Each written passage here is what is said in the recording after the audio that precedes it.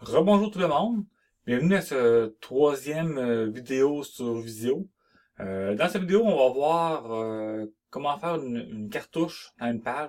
Enfin, une cartouche, c'est un bloc qui va identifier l'auteur, la date, la révision, le nom du projet, le numéro de page.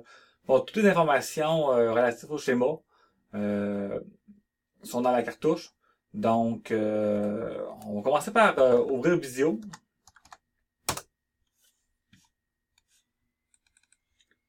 Faire un nouveau projet. Euh, Juste avant de commencer, si vous n'avez pas l'onglet forme, affichage de la tâche, forme ici.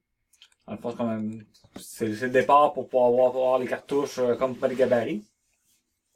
En fond, les cartouches, il y en a qui sont préfaites. Dans le fond, on vient dans Supplément Visio, il y a bloc de titres qui existe. Là-dessus, il y en a plusieurs qui apparaissent ici. Par exemple, si on prend bloc de titre petit, on peut venir ici. La cartouche, c'est ça qui est ici. Si on zoome dessus,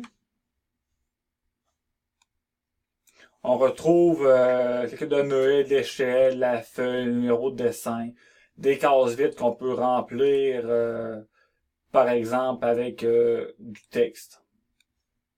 Donc, mettons le nom du schéma et ainsi de suite. Ça peut être ici. Ça pourrait être oups, l'auteur qui apparaît là. En fond, c'est vraiment une cartouche, ça donne l'information, un point imprimé, on sait c'est quoi. Aussi, tant qu'elle est dans ce menu-là, au début, on peut voir un cadre.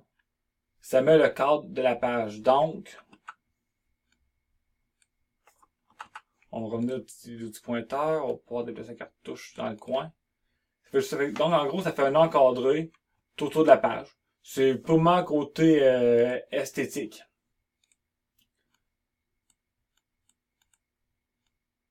Donc, pour cartouche, c'est ça. Donc, il y en a des préfaites. Il y a la cartouche petite, il y a la cartouche qui est grande. Dans le fond, c'est la même cartouche, mais plus grande. On va devant la grandeur de la page. C'est comme vous pouvez y voir plusieurs cartouches. Ici, encadré dans le main, c'est le logo qui apparaît là. Le logo, ça peut être dans insertion, une image. Ou le plus simple des fois, c'est on prend une image, on la glisse. Elle apparaît dans Visio. On la met à la grandeur qu'on veut. Et on met le logo comme on veut. Un coup c'est fait. Un coup la met pour faire ici, bouton droite, grouper.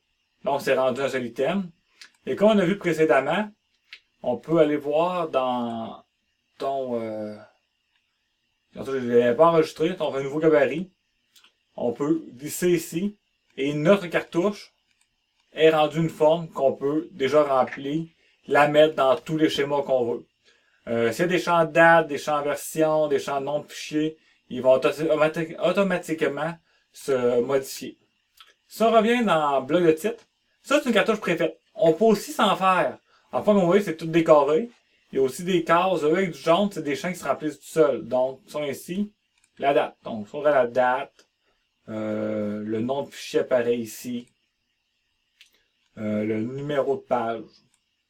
Enfin, je vais un peu rapidement sans me fier à pas grand chose. La description pourrait être vue ton petit celui ici. Dans le fond, j'arrête de recréer ma propre cartouche. On peut zoomer, ça va être toujours mieux en ligne case. Donc, c'est possible de refaire la cartouche identique en bas avec une nouvelle ou arranger les pièces à d'autres endroits. Donc, faites tout pour les cartouches. Vous allez en faire une dans le projet. Aussi, sommative va en avoir une autre. Dans le fond, on va essayer d'en faire une. Juste à l'aide avec les blocs. Dans le fond, tout est là-dedans. On peut aussi prendre les onglets ici pour faire des blocs des rectangles hautes. Un coup terminé qu'on l'aime, suffit de l'agrouper à nouveau et de la glisser dans nos fonds. On peut aussi la renommer pour dire cartouche, tel modèle de cartouche. Donc, c'est tout simple que ça. En fait, c'est comme une pièce qu'on crée. Sur que cartouche, chaque schéma en a une. Donc, ça fait le tour pour ça. Ça fait le tour pour le dernier tutoriel de Visio. Avant, on a vu les hauts principaux. On a vu les gabarits de pièces. Et on a vu aussi les cartouches. Donc, ça, comme je disais, ça faisait le tour. Je vais sûrement remettre une autre vidéo pour importer des gabarits. Par défaut, ça c'est bien, mais quand c'est fait dans une autre version de Visio, il y a quelques éléments à faire. Donc, j'en trouverai un qui a une ou deux manipulations. Dans le fond, on connaît un qui est sur les graph-sets qui existe déjà. Donc, pourquoi recréer un gabarit quand il y en a qui existent sur Internet? On va montrer comment les importer. Et ça ferait le tour avec l'autre vidéo d'après de la théorie pour Visio. Il va rester à expérimenter le tout et à se familiariser avec le logiciel. Donc, on se retrouve dans quelques instants pour